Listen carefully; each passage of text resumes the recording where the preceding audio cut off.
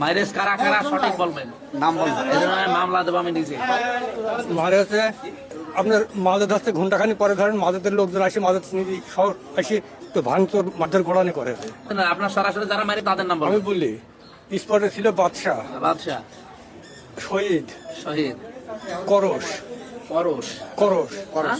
করস, পরশ, জি, হ্যাঁ, বাদশার ভাই রাজা, রাজা, মুফাস ছেলের নাম হচ্ছে মনোয়ার হোসেন, মনোয়ার, মনোয়ার, সাবুল, সাবু, এইভাবে আরো অনেকেই ছিল। আরো অনেকে, আমরা 6 জন পেলাম। আর এখন ধর আমাদের অপরাধ হচ্ছে আমরা আপনার নির্বাচন করেছি, ঠিক আছে, ওটা এটা আমার আমাদের অসুবিধা অপরাধ। নেই। তো মাজেদ ভাই ছিল, লাস্টে আপনার মাঝে ধরতে ঘন্টাখানি পরে ধরেন মাঝেদের লোকজন আসে মাঝে নিজে শহর আসে তো ভাঙচুর মাঝদের গোড়ানি করেছে।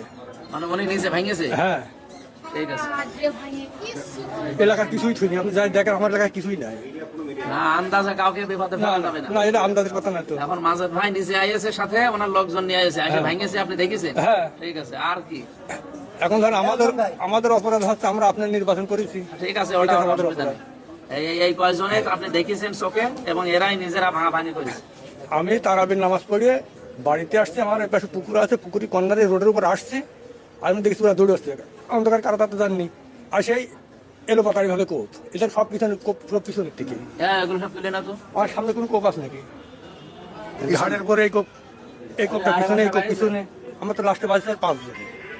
একদম যাদের যাদের দেখেছেন এই কয়জন, এই 8 জন। হ্যাঁ, আর ওই ওনাদের যে বহর আইএসে, ওই বহরে নিজে সরাসরি দেখেছেন এদের?